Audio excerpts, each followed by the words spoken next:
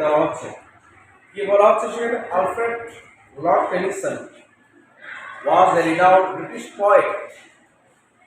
He became famous for writing about love, nature, and emotions.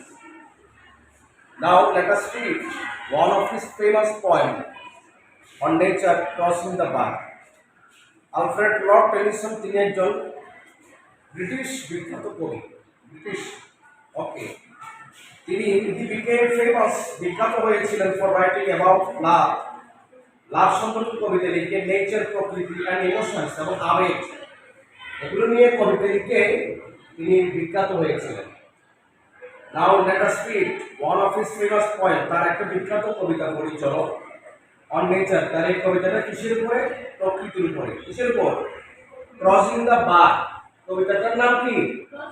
Crossing the, সবাই বলো crossing the, অর্থ কি? সীমানা পেরিয়ে। ক্রসিং দ্য বার মানে কি? সীমানা পেরিয়ে। বার মানে সীমানা, ক্রস মানে পার হওয়া। ওকে।